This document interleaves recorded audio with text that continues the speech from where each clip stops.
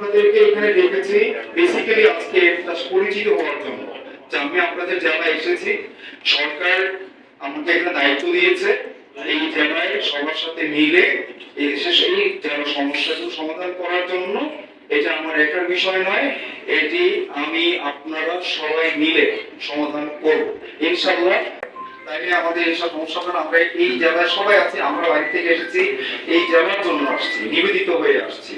হ্যাঁ, আমরা আপনাদের সাথে একসাথে কাঁধে কাঁধ মিলে কাজ করার জন্য আসছি। আমাদের সবার একটাই লক্ষ্য, সুনামগঞ্জের সব সমাধান।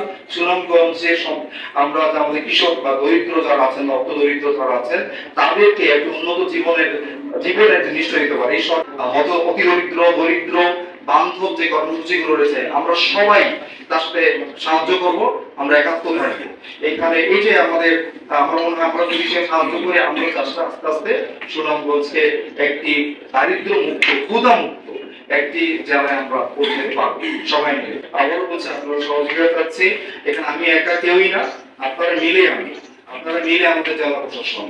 তো আমি আপনাদের সহযোগিতা চাচ্ছি। আবারও বলবো যে আমরা সবাই এক সুরে এই সুনামগঞ্জে উন্নয়নের জন্য আমরা সবাই মিলে আমরা কাজ করবো ইনশাআল্লাহ।